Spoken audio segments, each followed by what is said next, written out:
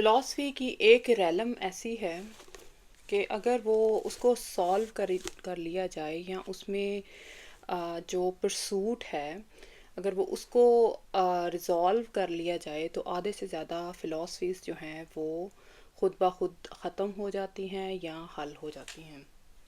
तो वो एक रेलम है मेटाफिज़िक्स। मेरी जो बहुत ज़्यादा फेवरेट फ़िलॉसफ़ी है या फेवरेट सब्जेक्ट है वो मेटाफिज़िक्स है, क्योंकि ये एक एक ऐसी फ़िलॉसफ़ी है कि अगर जो आज तक के इंसानों की परसूट रही है या आज तक के इंसान जो एक क्वेश्चन का आंसर तलाश करते रहे हैं वो मेटाफिज़िक्स से आपको मिलता है। तो मेटाफिज़िक्स में मेरी जो फेवरेट बुक है वो गॉड एंड द बिटवीन है बाय विलियम डेसमंड। ये प्रोफेसर ऑफ फ़िलासफ़ी हैं के लुवन में 25 ईयर से पढ़ा रहे हैं। अब वो रिटायर हो चुके हैं, आयरिश प्रोफेसर हैं और अमेरिका में भी पढ़ाते रहे हैं और यहाँ लुवन में ही रहते हैं। तो ये मेरे बहुत फेवरेट प्रोफेसर हैं और मैं इनसे काफ़ी दफ़ा मिल भी चुकी हूँ। He is phenomenal. More than 25 books के मेटाफिज़िक्स पे जो बुक्स हैं, फ़िलासफ़ी पे बुक्स हैं, उनके ऑथर हैं। और अगर किसी बंदे ने मुझे बहुत इंस्पायर किया है फ़िलासफ़ी में तो वो हैं सर विलियम डेसमंड। तो मैं I really wanted to review this book by William Desmond, philosophy of God. वो फ़िलासफ़ी ऑफ गॉड के प्रोफेसर हैं एंड बुक का नाम है गॉड एंड द बिटवीन। तो ये एक ऐसी बुक है जिसमें फ़िलासफ़ी ऑफ गॉड के सारे टॉपिक्स जो हैं आपको मिलेंगे। फ़िलासफ़ीज़ जो गॉड की परसूट में, चूँकि गॉड जो है वो अल्टीमेट ट्रूथ कंसिडर हुआ है आज तक हर दौर के इंसानों के लिए, चाहे वो प्रिमिटिव थे या मॉडर्न हैं या कोई किसी भी दौर के इंसान, किसी भी दौर के फ़िलासफ़र्स, किसी भी दौर के रिलीजियस स्कॉलर्स, सबके लिए एक परसूट ऐसी है कि वो अल्टीमेट समझी जाती है। अगर एक क्वेश्चन को हल कर लिया जाए दुनिया में तो वो बहुत सारी फ़िलासफ़ीज़, बहुत सारी एग्जिस्टेंशियल फ़िलासफ़ीज़, बहुत सारी नाइलिज़म की फ़िलासफ़ीज़ उसको वो ख़त्म कर देता है। क्योंकि इस क्वेश्चन का आंसर आज तक किसी को नहीं मिला, फ़लसफ़े को तो नहीं मिला। और फ़लसफ़े की इस रेलम ने, मेटाफिज़िक्स ने, हमेशा ही वहाँ तक पहुँचने की कोशिश की है। ये इस बुक को पढ़ने से पहले ये बहुत ज़्यादा डिफ़िकल्ट टर्मिनोलॉजी है इसमें। नंबर वन, इसमें बहुत ज़्यादा डिफ़िकल्ट टर्मिनोलॉजी है। इसको पढ़ने से पहले कॉन्टेक्स्ट को समझना बहुत ज़्यादा ज़रूरी है कि ये किस फ्रेम ऑफ थॉट में, फ्रेम ऑफ रेफरेंस में लिखी गई है। तो इसका जो थॉट प्रोसेस है पीछे, उसमें आपको नंबर वन ये जहन में रखना है कि सर विलियम डेसमंड जो हैं वो और हेगेलियन भी हैं थोड़े से। तो ये दो चीज़ें आप माइंड में रखें अगर आपने हेगेलियन डायलेक्ट को पढ़ा हुआ है या तो ये उस कॉन्टेक्स्ट में लिखी गई है, नंबर वन। नंबर टू, ये किस कॉन्टेक्स्ट में लिखी गई है, ये हिस्ट्री ऑफ फ़िलासफ़ी या history of thought, evolution of human thought में लिखी गई है।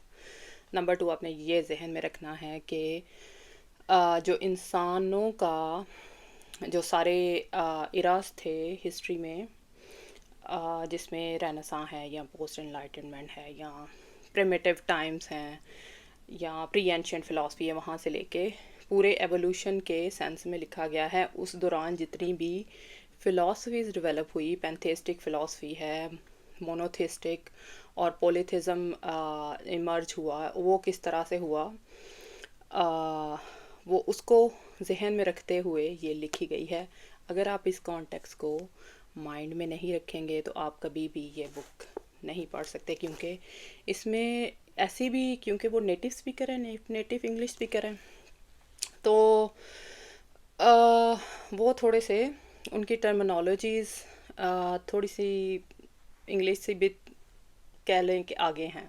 जैसे उन्होंने खुद यूज़ किया हुआ है डिफ़ॉल्ट पोजीशन, सैक्रैलिटी, पैंथेइज्म, कुछ ऐसी टर्मिनोलॉजीज़ हैं जो जिन्होंने फ़िलासफ़ी नहीं पढ़ी होती या उनको नहीं समझ आ सकती, तो कुछ टर्मिनोलॉजीज़ को भी पढ़ना ज़रूरी है। उसके बाद आपको रिलीजियस जो एवोल्यूशन है रिलीजन का, स्पेशली इन वेस्टर्न यूरोप या ओवरऑल इन द वर्ल्ड, उसका पता होना चाहिए आपको। जो ओरिजिन ऑफ रिलीजन थी प्रिमिटिव फॉर्म में, कि वो लोग क्या करते थे, जैसे अमेजोनियंस हैं या एबोरिजिनीज ऑफ ऑस्ट्रेलिया हैं, वो किस तरह से रिलीजन को उसकी ओरिजिन कैसे हुई या वो किस तरह से यूज़ करते थे, उनकी नॉर्म्स क्या थी, वो आपके जहन में होना चाहिए। उसके बाद आपको फ्रॉइड की जो थेरीज़ हैं माइंड की, जैसे तूतम और ताबू में उसने बताया है कि किस तरह से ओरिजिन ऑफ रिलीजन क्या हुई, उसको माइंड में रखना है। तो वो सारी फ़िलासफ़ीज़ इसमें सर ने डिस्कस की हुई हैं। फिर एक और चीज़ है कि चूँकि सर जो हैं थोड़े से वो हैं हेगेलियन हैं और क्रिश्चियन भी हैं, तो ट्रिनिटी के कॉन्सेप्ट को भी आपने माइंड में रखते हुए ये बुक पढ़नी है। इंसान को आप समझ लें, इसका कॉन्टेक्स्ट ये है कि इंसान एक मीडिएटर है between God and between this cosmos. He is in the middle, he is standing in the middle of his own origin, of his own evolution. वो खड़ा है, ठीक है, और वो इवॉल्व हो रहा है एक प्रोसेस की तरह, उसका एक बिकमिंग का प्रोसेस हो रहा है, और साथ साथ उसकी थिंकिंग इवॉल्व हुई और उसने डिफरेंट फ़िलासफ़ीज़ किस तरह से डेवलप की। आप इसको मेटेक्सोलॉजिकल वेज जो हैं उसको मेटेक्सू की स्टोरी से अंडरस्टैंड कर सकते हैं, जो मेरी स्टोरी है, आई मीन जो what I have written about metaxological veg.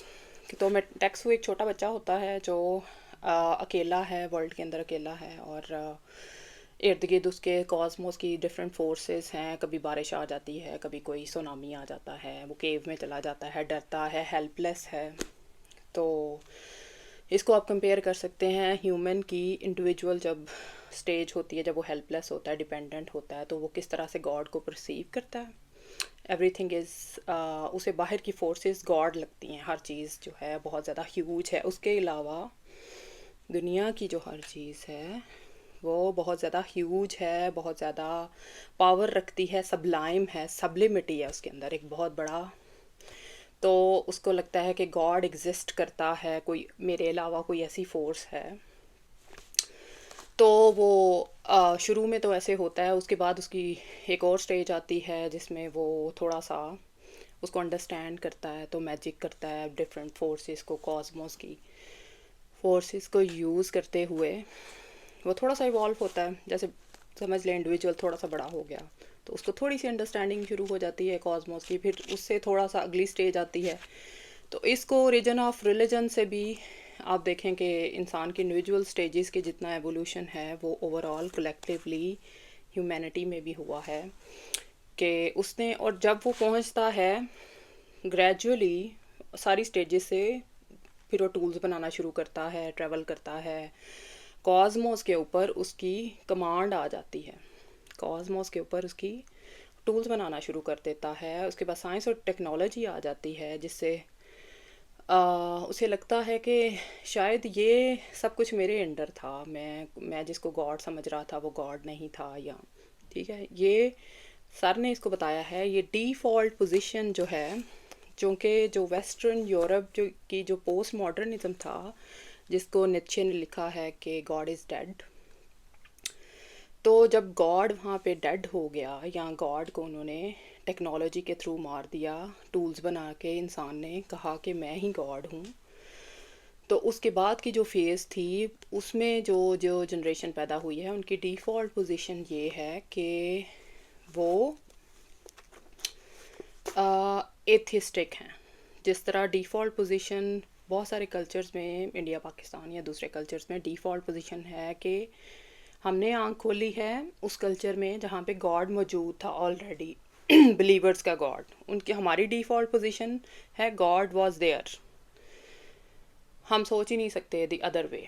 इसी तरह वेस्ट में डिफ़ॉल्ट पोजीशन ये रही है कि God is dead, post modernism में या 20th सेंचुरी में गॉड इज़ डेड। तो हमने गॉड को through evolution, through our history और थ्रू टूल्स मेकिंग और जो टेक्नोलॉजी के थ्रू और ख़ुद गॉड बन गए हैं, तो हमने गॉड को ख़त्म कर दिया। मोरालिटी का जो और सच का और हर चीज़ का हमने जो सेंट्रल पॉइंट है वो इंसान को बना दिया। इस चीज़ पे ये लिखी गई है गॉड एंड द बिटवीन। लेकिन द पॉइंट इज़ जो सर विलियम डेजमंड ये हाईलाइट करना चाह रहे हैं वो है कि जो प्रिमिटिव मैन था वो he was more close to God, और वो मेटाफिज़िकल वे से कनेक्ट करता था गॉड से। मैजिक था या कॉस्मोस की डिफरेंट फोर्सेस थी या उसकी कुछ सेइंग्स थी या बहुत सारे वेज थे। तो ही वॉज मोर क्लोज, वो इमोशनली अटैच था।